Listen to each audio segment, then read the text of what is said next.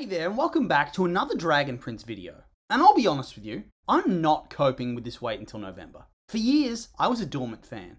I figured, it'll come out eventually, I suppose.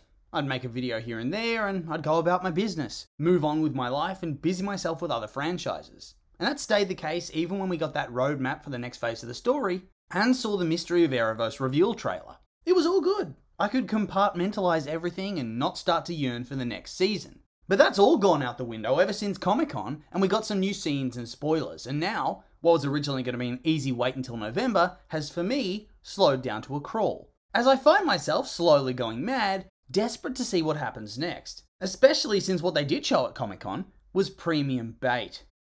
Yeah, Viren's been dead for 2 years and there's been a time skip and everything's about to go to shit again. But now you have to wait until November. Oh, why? And so it's pretty safe to say I am once again hooked on this franchise, and I'm very much looking forward to the release of the next installment. But thankfully, I don't have to suffer with nothing to watch in the meantime, because like an oasis in the desert, a new clip from the first episode of the season has been released. And so, whilst I already know the spoilers from Comic-Con and therefore know what happens in this episode, I still have something to enjoy in the meantime. So yeah, if you haven't seen it and you want to take a look, the clip's titled Whiplash. And it's accompanied by this description. After travelling deep into Sunfire Elf territory, Amaya discovers that she's being followed, which sounds pretty ominous to me. And so, the clip itself. We see Amaya, sporting a fresh new hairstyle, wandering through the forest alone with 3 horses, so obviously her companions have seemingly disappeared. We have ominous music playing, the leaves begin to rustle, the horses get spooked and bolt, and then 3 Sunfire Elves with whips appear, grinning at her, and then ignite the whips, surround her, and seemingly start to attack her, before she instantly flattens 2 of them in the blink of an eye and pins the other to a tree with her shield, proving that she remains an utter badass. Seriously, at one point she catches a fire whip with her hand, and as she approaches the dude pinned to the tree, she cracks her knuckles, ready for some good old-fashioned interrogation. And that's where it sadly ends, just before the climax/punchline of the entire scene, where it would then be revealed that these were not warriors at all, but they were dancers, and they were doing a performance for Amaya that was actually an elaborate courting ritual set up by her girlfriend, Janai, the Sunfire Elf queen. Although, is she the queen? Her sister got murdered, right? And she was the queen, so I'd assume she's the queen. Yep, a quick trip to the wiki said that she is indeed the queen. And so, now Janai's the queen. So not only was this a proposal, but a royal proposal. And she beat them up. Oops. And honestly, you'd think that everybody involved in planning this thing would have surely had enough sense to think, yeah, she is an experienced military general who's been fighting wars for years. Maybe a surprise dance party using flaming whips would actually be a very bad idea. If I was one of those dancers, I'd be pretty pissed off that nobody close to her thought to clue her in that this was going to be a performance just for her. Why would they set it up to seem so obviously like she was being ambushed by enemies? But regardless, the dancers get whooped, and then from what I remember, I think after the clip ends, they come out, they explain it was all a misunderstanding, and she and Amaya's aide had set this up to be a big proposal, because I guess they're dating off screen. Either way, it reveals some interesting things, and sets up a lot of future plot points for the season. And yeah, I have some thoughts on the clip. First of all, I'm very much enjoying all the different looks of the post-time skip characters, and Amaya's yet another one that looks, well, just generally awesome. Honestly, of all the new designs I've seen so far, hers is probably the best. Next up, like I said before, who the hell thought a surprise like this would ever be a good idea? If this is some famous Sunfire engagement ritual, you'd think that, I don't know, a while in advance maybe you'd start dropping some clues and talk about it a little, show her one in progress, that sort of thing. It's kind of like walking your partner past a ring shop and gauging their reaction. It just makes more sense. Also, Amaya just straight up grabs the flaming whip with her hand.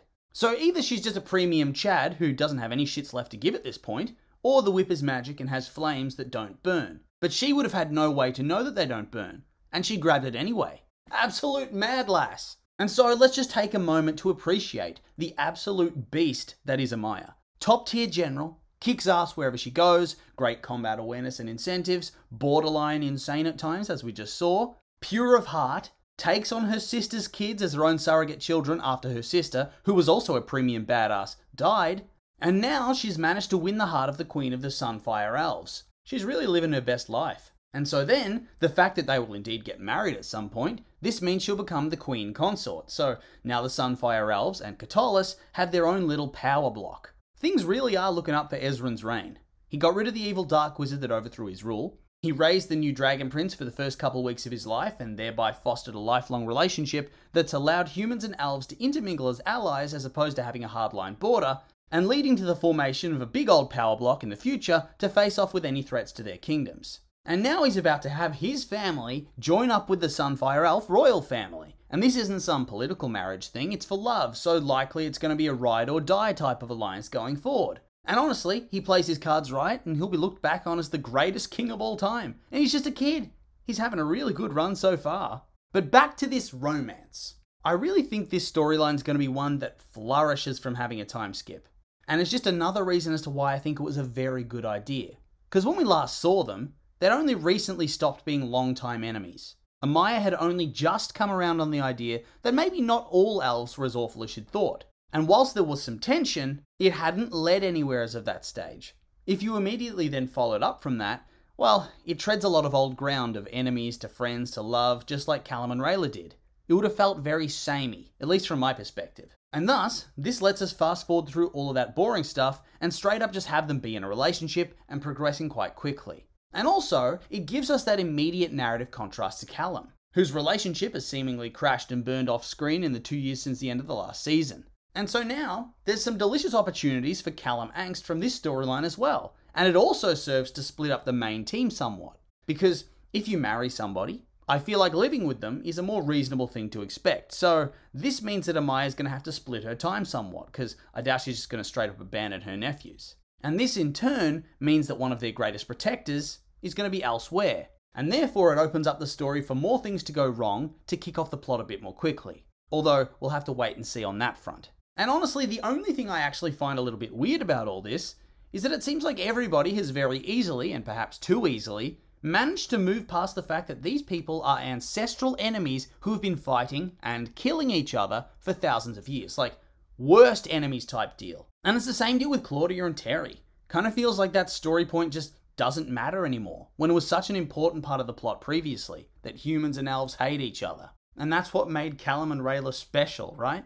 But now, apparently humans can just go into Zadia whenever, nobody cares, everybody's just fine with this, okay? And hopefully they do really explore this issue in a little bit more depth in the future. But I'm not sure they'd bother, because I understand it would bog down some of these storylines. But I still hope they do it anyway. It feels like a pretty important plot point to just be discarded like that. But I guess we'll have to wait and see. But anyway, that's probably the end of the video. And I would like to say that these have just been my opinions, and now I'd like to hear yours. What do you think of the clip? What about my analysis and discussion? Anything you'd want to add on? I'm curious for your thoughts, so make sure to like, comment, and subscribe, and let me know.